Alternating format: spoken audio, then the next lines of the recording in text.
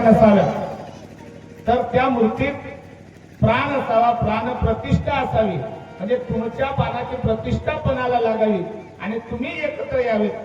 आणि म्हणून महाराज वंदनीय सांगतात, मित्रा ऐक माझे वचन, जरी वाटे व्हावे कल्याण, सामुदायिक प्रार्थना हेची साधन, सोडू नका कधीही। म्हणून मी पुन्हा पुन्हा प्रार्थितो, माझा आवाज नव्हे सत्य तो, या शरीराचा शंख वाजवितो, फणी काढतो भगवंत। ग्राम गीता ही गावाला, गीता बोधिली अर्जुनाला, कोणीही राहू नये मागासला, म्हणून बोलला देव माझा। अत्यंत जबाबदारीने महाराजांनी या ठिकाणी ओवी घातली आहे। ग्रामगीता ही गावाला, गीता बोधिली अर्जुनाला, कोणीही राहू नये मागासला, म्हणून बोलला देव माझा। म्हणजे मग तो विचारानं असो, कृतीत असो, धनानं असो, धान्यानं असो, शारीरिक असो, आर्थिक असो, मानसिक असो, सर्व गोष्टींनी संयुक्त असला पाहिजे, सबळ असला पाहिजे। आणि म्हणून महाराजांनी एका भजनात सांगितलं आहे, प्रभु रुचला ऐसे मनता, प्रभु रुचला ऐसे मनता, प्रभु रुचला ऐसे मनता, प्रभु रुचला आपण की दोषी नाही का, आपण की दोषी नाही का, प्रभु चला म्हणता, प्रभु चला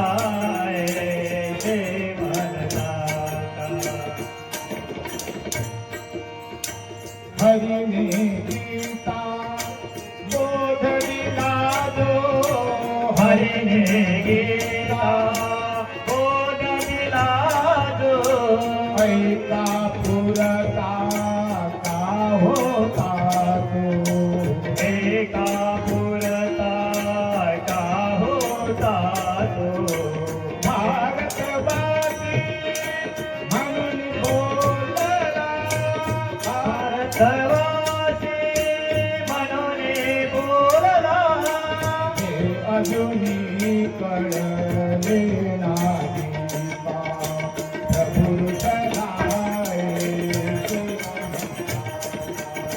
प्रभु चला ते म्हणता, प्रभु चला ते म्हणता, प्रभु चला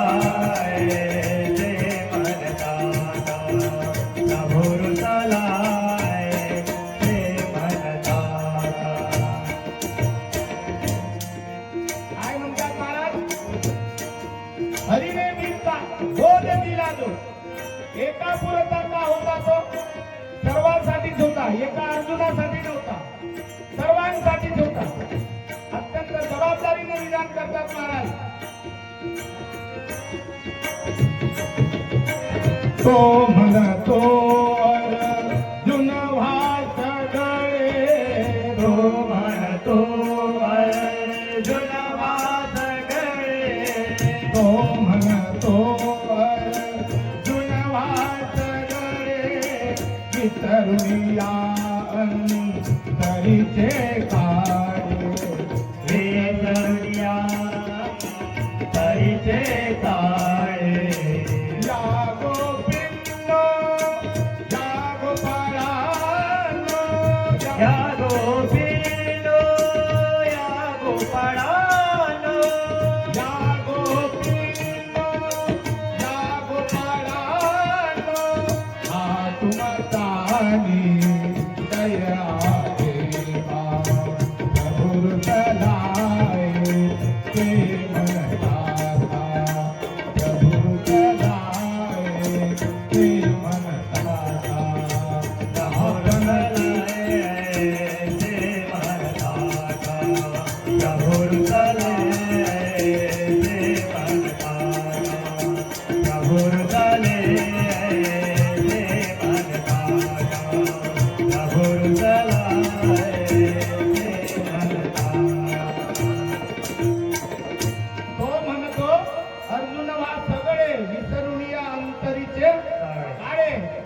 आपल्या मनात जे विकार आहेत, काम, क्रोध, लोभ, मोह, मत्सर, दंभ, माया, अहंकार सर्वात मोठा, हे सर्व विसरायचे आहेत. आणि म्हणून महाराज या ठिकाणी अत्यंत जबाबदारीनं सर्व गुरुदेव शब्द जो तयार केला आहे, प्रत्येकाची मठ मंदिरे वेगवेगळी आहेत, सर्वांचे धर्म वेगळे आहेत, पंथ वेगळे आहेत, पण माणूस जात एक आहे. माणुसकी असली पाहिजे. त्याच्यात महाराजांनी आता आपण प्रजासत्ताक दिन साजरा केला, त्याच्यात लिहिलं आहे उद्देशिकेत, आम्ही भारताचे लोक. आम्ही म्हटलंय, आम्ही भारताचे लोक. आणि म्हणून महाराजांनी वरदान मागला, या भारतात बंधु भाव नित्य वसू दे, देवरची कथा दे, हे सर्व पंथ संप्रदाय एक विसू दे, मतभेद नसू दे.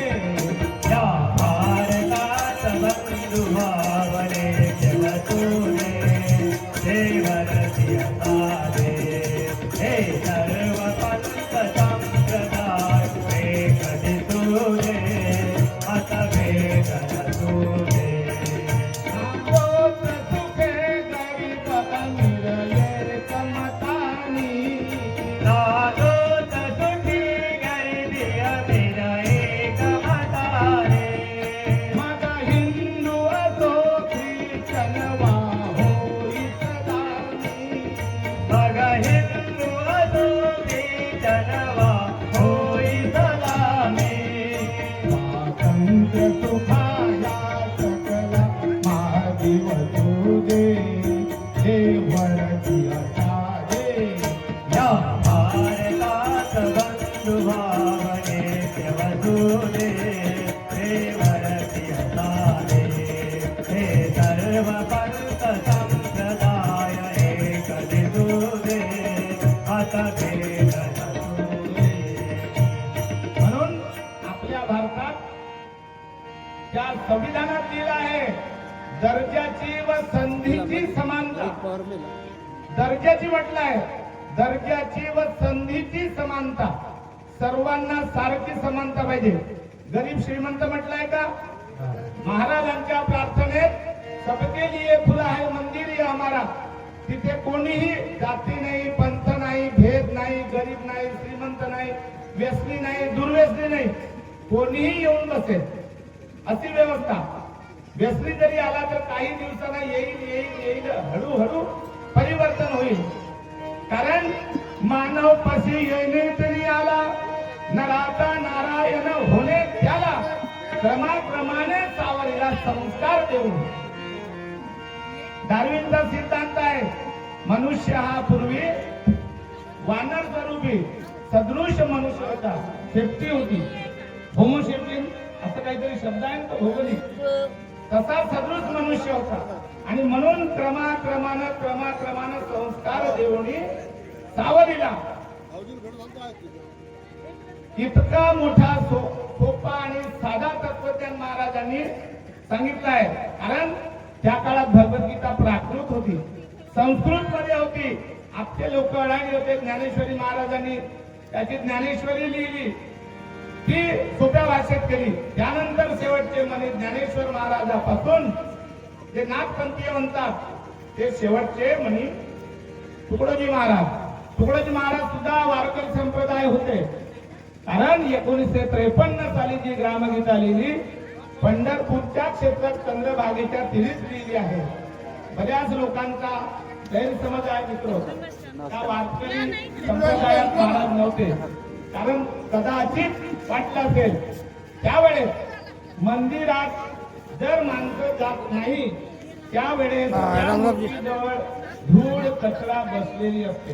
आणि तो शब्द महाराजांच्या भजनात आला, मंदिरात नाही दिसला सावळा मुरारी,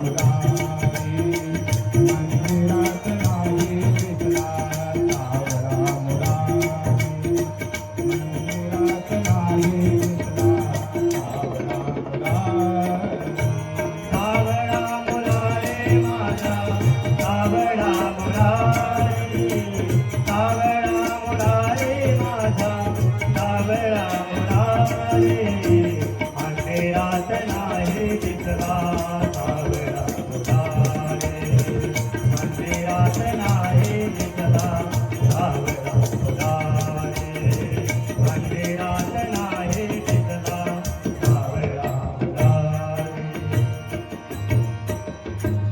जेव्हा महाराजांनी प्रवेश केला त्यावेळेस धूळ माती गंज बसली सारी, फक्त उरलीच भावना सारी म्हटलाय. म्हणजे फक्त भावना उरली, पण कृती जर भावनेला जोड असेल तरच कोणताही काम सिद्ध होईल. आणि म्हणून तुकाराम महाराजांनी सुद्धा प्रमाण दिलाय, क्रिये विन वाचाळता व्यर्थ आहे. आम्ही इकडे सांगू का व्यसन करू नये आणि आम्ही जर तिकडे असं असं केलं किंवा असं केलं तर चालेल, अजिबात नाही. जे सांगतात त्याच्यावर सामान्य जनता अत्यंत जबाबदारीला लक्ष देते. आणि म्हणून जे सांगणारे आहेत त्या प्रत्येक असो मी असो सांगणाऱ्याने अत्यंत कृतीशील राहिलं पाहिजे. नाहीतर कसं होईल, सांगणारा हुशार झाला, ऐकणारा वाया गेला, ऐसा जाणे समज केला, बुडाला तो अहंकार. आणि म्हणून बरेच लोक सांगणारे कृती करत नाही, म्हणून लोक त्याचा म्हणजे काम तो अनुयायी होत नाही किंवा अनुकरण करत नाही. आपले सरपंच साहेब आहेत आता, हे माझ्या जवळ आले, तुम्हाला पण एक भजन म्हणावं लागेल की त्यामुळे इच्छा आहे तुमची. महाराज आहेत आमचे पाहुणे महाराज, नेहमी आमच्या सोबतीला येतात तिकडे, त्यांच्या सोबतीला मी राहतो. आणि म्हणून शेवटचा कडवा राहिलाय आपला, प्रभू रुसला आहे म्हणत आला, हरीने गीता बोध दिला जो एका पुरता का होता तो म्हणतो अर्जुन वा सगळे विसरून या अंतरीचे काळ. या गोपींनो या गोपाळांनो, मग त्या काळात गोप गोपी जर एक झाले, आपणही एकत्र आलं पाहिजे. म्हणून महाराजांनी या भारताचा बंधुभाव नित्य होतो, देव वर की असावे. शेवट महाराज सांगतात, नांदोत सुखे गरीब अमीर एकमताने झाला. मग काय म्हणतात, सकळाच कडो मानवता राष्ट्र सकळाच कडो मानवता